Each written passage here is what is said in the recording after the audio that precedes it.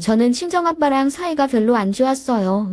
엄마랑 언성 높여 다투는 모습도 자식들에게 많이 보여주셨고, 또 말투 자체가 약간 윽박지르는 느낌이라 밥은 먹었냐는 한마디도 저는 혼나는 것처럼 느껴져서 괜히 쫄 때가 많았거든요. 아빠 생김새도 약간 조폭 같은 느낌이고, 워낙 야외에서 일을 많이 하셔서 그런지 살결도 까맣게 타고, 머리도 항상 짧은 스포츠 머리라 남들이 보면 아마 조폭인 줄 알 거예요. 인상도 매서운 데다 말투까지 그러니 아빠 속내는 그게 아닐지 몰라도 저는 그런 아빠가 내심 무서웠습니다. 아빠는 그런 저희 남매에게 서운함을 느끼셨을 테고 그래서 애정 표현이랍시고 잔소리를 하셨는데 한창 예민할 사춘기엔 그게 더 역효과라는 걸 세심하지 못한 아빠는 잘 모르셨을 거예요. 그러다가 엄마가 고등학생 때 사고로 갑자기 돌아가셨고 한순간에 집 분위기는 우울해졌죠. 그도 그럴 것이 아빠가 돈 사고를 쳐서 엄마가 수습하느라고 매일같이 새벽마다 일을 나가셨거든요. 그래서 고등학생인 저희들의 바쁜 아침도 챙겨주지 못하셨고요. 아빠만 아니었으면 아마 엄마도 저희 남매도 더 행복해질 수 있었을 거예요.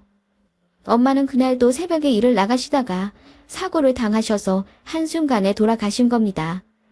아빠는 엄마에 대한 죄책감과 그리움으로 매일 술을 드셨고 저랑 제 동생은 그런 아빠가 너무 싫었던 것 같아요. 그러게 있을 때 좀 다정하게 잘하지 하는 생각에 후회감에 괴로워하는 아빠한테 모두에게 말도 하고 그랬었네요. 아빠는 엄마 돌아가시고 나서 성격이 좀 누그러지신 듯도 하지만 그래도 워낙에 걸걸한 성격이 어디 가겠어요. 저랑 제 동생은 성인 되자마자 각각 독립을 해버렸습니다. 아빠랑 살기 싫어서요. 엄마도 없고 아빠는 싫고 어린 나이에 그때는 그냥 집을 벗어나고 싶었던 것 같습니다. 남동생은 바로 군대에 가서 말독을 박았고 저는 집이랑 멀리 떨어진 어느 지방 전문대에서 치위생 공부를 했어요. 거기서 기숙사 다니며 알바도 하고 그렇게 졸업하자마자 취업해서 나름 잘 살고 있었습니다. 아빠한테는 1년에 2번 정도만 찾아갔어요.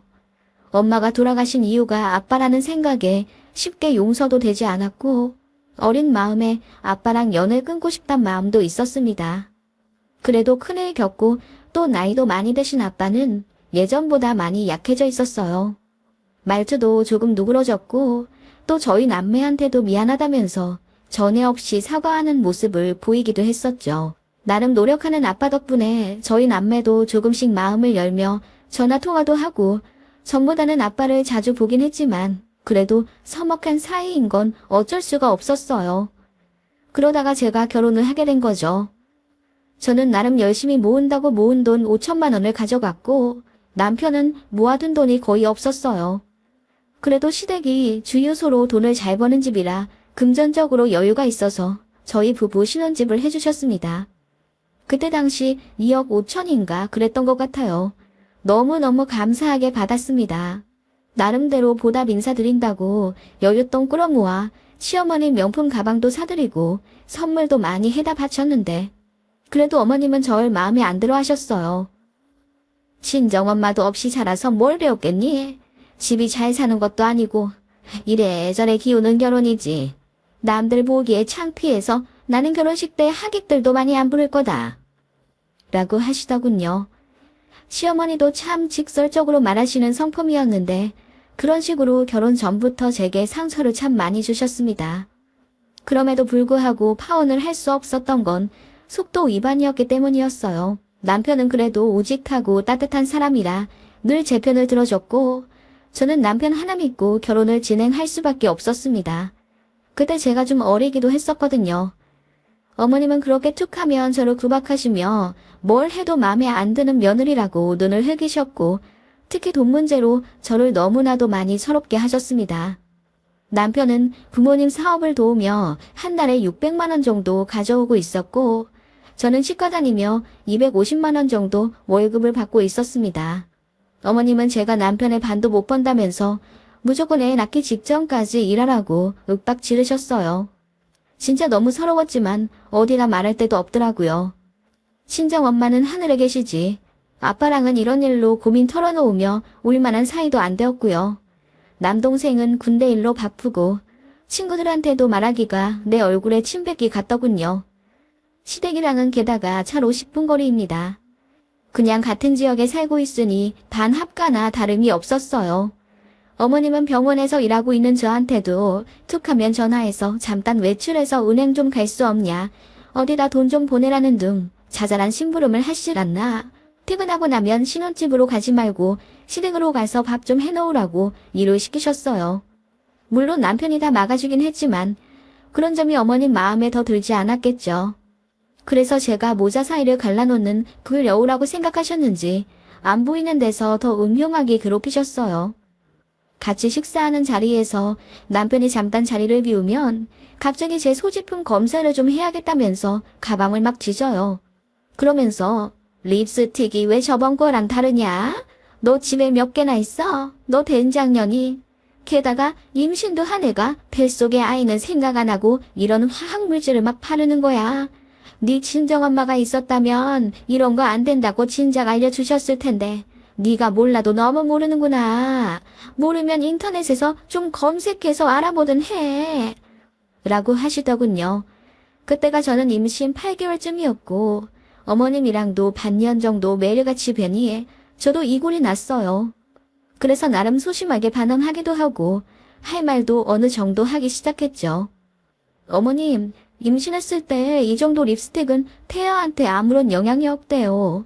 스트레스가 제일 위험한 거라던데. 라고 하며 제가 어머님을 물끄러미 쳐다보면 어머님 얼굴이 새빨개지셨죠. 그렇게 저도 사람인지라 불쾌한 감정을 계속 갖기가 어려웠어요. 그래서 나름 반격을 해갔고 그런 시간들은 어머님이 저를 더욱 미워할 수밖에 없도록 만들었어요. 처음부터 마음에 안 들던 며느리. 그래도 뱃속에 아들 손자가 있다고 하니 신혼집도 해줬지만 이리 봐도 저리 봐도 마음에 안 차셨겠죠. 친정 엄마도 없는 만만한 집 딸인데 제가 그저 네네 죄송합니다 모드로 어머님의 감정 쓰레기통으로 살길 바라셨나 봐요. 그리고 제가 시댁의 재정적인 면을 노리고 남편에게 일부러 접근했다는 편견을 갖고 계세요. 제 입으로 제가 말하긴 쑥스럽지만 저는 대학 행사에서 메이퀸으로 뽑힐 정도로 나름 외모가 나쁘지 않고 학생 때야 돈도 없고 요령도 없어 너저분하게 다녔지만 돈 벌기 시작하면서 옷도 단정하게 잘 입고 그 나이대 정도로 꾸미고 다녔어요. 그래서 가끔 서울 가면 명함도 2번 받은 적이 있고요. 남편도 솔직히 제 겉모습에 반해 먼저 저한테 번호를 물어본 거였어요. 그렇게 인연이 시작된 건데 어머님은 제가 일부러 남편 근처로 가서 꼬셨다고 모든 게 계획된 만남이라고 굳게 믿고 계시더라고요.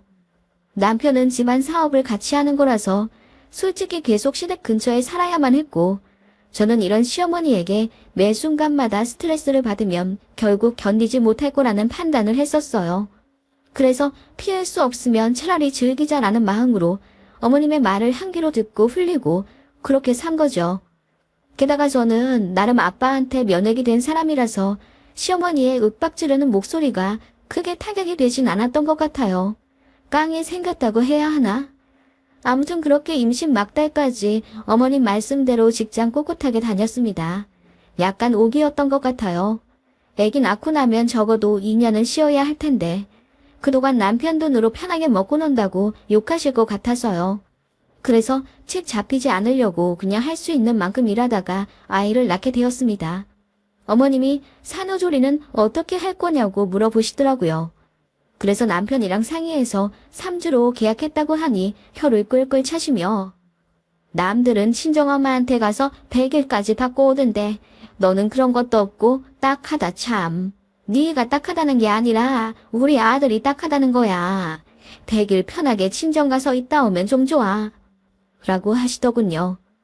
예전 같았으면 친정엄마 안 계신 거 모르고 결혼시키셨냐고 나름 한마디 했을 텐데 애기 낳기 직전 만삭이라 호르몬 때문에 그런가?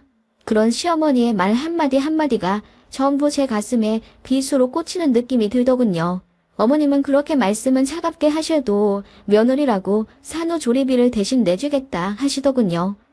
제가 3주 계약했다니까 2주만 하라고 하시는 걸 남편이 초산인데 단연히 3주 꽉 채워 쉬어야 한다며 길길이 날뛰는 바람에 3주 조리비 그대로 내주셨습니다.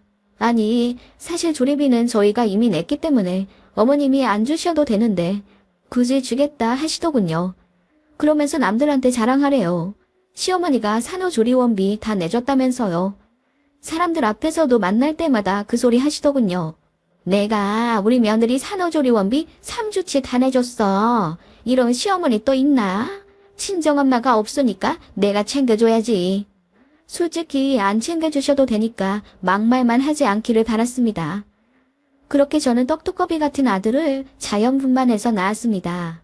시어머니는 처음에는 제가 속도 위반했다고 남사스럽다면서 제 뱃속의 아기한테 별 관심도 없더니 막상 태어난 아기가 너무 예쁘고 게다가 손자라고 하니 더 애정이 가셨나 봐요. 태어나자마자 신생아실에서 목 빼고 기다리셨다고 하더군요. 그러면서 신생아 면회 시간 매일같이 꽉 채워보시고는 그것도 아쉬워서 간호사한테 조금 더 보여달라고 조르고 그러시더라고요.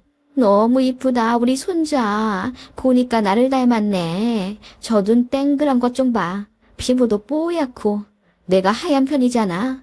보니까 우리 손자가 나를 똑 닮았네. 그렇게 첫 손자 뽕에 차서 정신을 못 차리시더군요. 참고로 저도 하얗고 눈이 큽니다. 게다가 제 아들이요. 그때나 지금이나 저랑 판박이에요. 보는 사람마다 다 제 남자 버전이라고 놀릴 정도인데 어머님 하나도 안 닮았거든요. 저희 친정아빠는 저 진통 올 때부터 사위한테 10분에 한 번씩 전화해서 걱정하시더니 결국 한달음에 병원에 오셨어요. 제가 아이 낳고 나면 그때 오셔도 늦지 않는다고 했거든요. 솔직히 아빠처럼 무뚝뚝한 분이 딸이 아이 낳는다고 발을 동동 구르진 않을 거라고 생각했어요. 기대도 안 했거든요. 그런데 제가 진통하는 내내 아빠는 제 남편보다 더 힘들어 하셨습니다. 병원 복도를 내내 종종 걸음으로 도시며 식은땀도 흘릴 정도로 제 걱정을 많이 하셨대요. 그 얘기를 나중에 듣고 너무 놀랐습니다. 제가 아는 아빠는 제가 조금이라도 힘들어하면 고작 그 정도 가지고 슬퍼하냐며 사회 나가면 험한 일들 투성이라고 소리 지르시고 제 편은 하나도 안 들어주셨거든요. 제가 진통 10시간이 넘어가자 친정아빠는 제 담당이한테 찾아가서 그냥 수술시켜주면 안 되냐고 사정까지 하실 정도였다네요. 결국 12시간 진통 끝에 아이를 낳았고 시댁 식구들은 그 후에 모두 도착했다고 하네요. 저는 출산 과정에서 약간의 문제가 생겨서 수면 마취하고 처치를 받았고요. 눈 떠보니 친정아빠 얼굴이 보이더라고요. 제가 눈을 뜨니 아빠가 엉엉 우시며 이제 됐다고 제가 안 깨어나서 무슨 일 생길까봐 걱정했다고 하시더군요. 아빠 우는 모습 엄마 돌아가시고 처음 봤어요. 저도 이상하게 마음이 몽글몽글해져서 같이 울게 되더라고요. 시댁 식구들은 병원 도착하자마자 바로 신생아실로 가서 아이부터 보고 있었고요. 아빠는 아이가 태어나든 말든 상관없이 쭉 제 곁에만 계셨다고 하더라고요. 시댁 식구들이 뒤늦게 제 병실로 올라왔고 시어머니가 너무나도 기분 좋은 목소리로 사돈어른, 우리 손자 너무 잘생겼어요. 가서 한번 보세요. 보니까 진탑을 했더라고요. 나를 얼마나 닮았는지 하시더군요. 친정아빠는 희미하게 웃었지만 내심 복잡 미묘한 표정이셨고요. 그런 표정으로 저 구석에 서서 조용하고 애틋하게 절 바라보셨습니다. 시어머니는 그렇기에 제 걱정은 조금도 하지 않으시고 내내 손자 얘기만 하셨습니다. 듣다 못한 남편이 이제 그만 가시라고 할 정도였고 아빠는 기분이 좀 안 좋아 보이셨어요. 그러더니 제 남편 불러서 한 소리 하셨나 봐요. 시어머니가 어떻게 아이 낳은 며느리 걱정은 조금도 안 하고 손자 얘기만 줄줄이 하고 있냐고요. 서로 체면이 있어서 아무 말 안 했지만 사돈으로서 너무 서운하다고 했고 남편은 죄송하다고 사과했다더군요. 그렇게 아빠는 그냥 댁으로 돌아가신 줄 알았는데 가시면서 1,000만 원 입금해 주시더라고요. 아빠한테 그런 거금 받아본 적이 없고 또 그래서 결혼할 때도 아빠한테 조금도 손 벌리지 않았었는데 이래저래 많이 놀랐던 출산이었습니다. 아이 낳고 자궁경부 문제 때문에 제가 많이 고생했어요. 후처치가 잘못되어서 자칫하면 나중에 부작용으로 몇 년에 한 번씩 수술을 해야 할 수도 있다고 하더라고요. 이래저래 남들보다 더딘 회복이었고 그래서 조리원 들어가셔도 제대로 쉬지도 못했습니다. 계속 병원에 있었고 아이 얼굴도 많이 못 봤어요. 저만큼 남편도 고생했고 너무 정신이 없었습니다. 그 와중에 시어머니는 손자 얼굴이 너무 보고 싶다며 애달아 하셨고 마음 같아선 내내 신생아실에 붙어 계시고 싶었지만 주유소 일 때문에 자리를 비울 수 없어 안타까워 하셨어요. 그렇게 어머님은 저랑 남편에게 돌아가면서 아이 사진 좀 많이 찍어 보내달라고 요구하셨고 나름대로 들어드리려고는 했지만 앞서 말했다시피 제가 후처치 때문에 너무 아프고 바빠서 어머님께 아이 사진을 잘 못 보내드렸어요. 첫 3일 정도는 잘 보내드렸지만 4일차부터는 제가 못 보냈습니다. 남편이 보냈을 거라고 생각했는데 남편도 제 수발 들어주느라 바빠서 시댁에 못 보냈다고 하더라고요. 그런가 보다 했어요. 뭐 이틀 정도 안 보내는 게 죽을 죄는 아니잖아요. 그런데 어머님이 전화해서는 막 화를 내시더라고요. 왜 애 사진 안 보내니? 아까 신생아실 면회도 시간 안 맞아서 못 보고 돌아왔는데. 아, 병원 오셨어요? 저는 몰랐는데. 내가 너 보러 갔겠니? 우리 손자 보러 갔지. 아무튼 너 애 수유할 때 우리 손자 볼 거 아니야. 사진 찍은 거 어딨니? 내가 영상도 좀 남겨놓으랬지? 어머님, 저 너무 아파서 지금 수유 제대로 못하고 있어요. 그리고 핸드폰 가져갈 여유도 안 되고요. 뭐 하나 제대로 하는 게 없어. 끊어라. 솔직히 말해서 제 걱정은 하나도 안 하시고 애 사진만 목 빠질 듯 기다리는 시어머니가 좀 징그럽게 느껴졌다고 해야 하나? 그랬어요. 그런데 아이 낳고 5일차 되던 날 아침에 간호사가 걱정스런 얼굴로 직접 수유콜을 하러 제 방에 오시더라고요. 원래 전화로 하시거든요. 저기 산모님, 전화로 드릴 만한 얘기가 아니라 직접 왔어요. 사실 산모님 시어머니 분께서 지금 조리원에 계속 컴플레인을 걸고 계신 상황이거든요. 네? 저희 시어머니가요? 왜요? 그게 산모님 계약한 3주 조리비를 부분 환불받고 퇴소 조치 시켜달라는 요구가. 네, 어머님이 저더러 나가라고 한다고요. 네, 물론 규정상 그게 어렵고요. 저희 측 과실이 아니라 산모님 개인 사정으로 조기 퇴소하시는 경우는 일부 부분 차감해서 환불해드리고 있어요. 무엇보다 지금 산모님 의견이 아니니 여쭈어러 온 거예요. 네? 저 이제 겨우 애 낳은 지 5일 됐는데요? 알죠. 아무튼 이런 일이 있다는 걸 산모님께서도 아셔야 할 것 같아서요. 그리고 시어머님 분께서 지금 거의 5분에 한 번씩 전화해서 산모님 퇴소로 요구하시는 바람에 업무에도 차질이 있습니다. 이걸 어떻게 해야 할까요? 남편분하고도 상의를 좀... 너무 충격적이더라고요. 남편은 일이 있어 잠깐 자리를 비운 상황이었고 저는 이게 무슨 일인가 싶어 시어머니께 전화부터 했습니다. 어머님, 지금 이게 무슨 일이에요? 저 조리원 퇴소시키라고 여기에 전화하셨다면서요? 그래, 내가 너 그러라고 조리원 비용 다 대준 줄 아니? 이게 어디서 시애미 말을 무시해. 너 편하게 쳐 자빠져 자기만 하면 다야. 시애미가 산후조리원 비용 대줬으면 우리 손자 사진이라도 제깍 보내야 할 거 아니야. 그 말에 저는 충격을 받아 말도 안 나오더군요. 뒤늦게 상황 파악한 남편이 본인 대신 어머니와 싸우며 이게 무슨 말도 안 되는 일이냐고 언성 높여 통화했고 저는 너무 황당해서 눈물만 나오더군요. 그때 아빠한테 전화가 왔어요. 투박하지만 제 걱정이 잔뜩 묻어나는 목소리로 몸은 좀 어떻냐고 물어보시는 아빠의 전화에 저는 그만 엉엉 울어버렸죠. 아빠가 자초지종을 다급히 물어보셔서 정말 태어나서 처음으로 아빠한테 나 이런 일이 있어요. 너무 속상해요. 라고 하소연을 했습니다. 그 전에는 말해봤자 제 편 들어주지 않고 윽박만 지르는 아빠라 제 고민 같은 거 전혀 말하지 않았거든요. 제 얘기를 잠자코 들은 아빠가 사위 어딨냐고 당장 바꾸라고 하시더군요. 그렇게 제 전화를 건네받은 남편은 장인어른과의 통화가 길어질수록 얼굴이 허옇게 질리더라고요. 그렇게 통화를 끊은 남편이 아연실색하며 장인어른이 우리 이혼시킨다 하셔. 이거 어떡하지?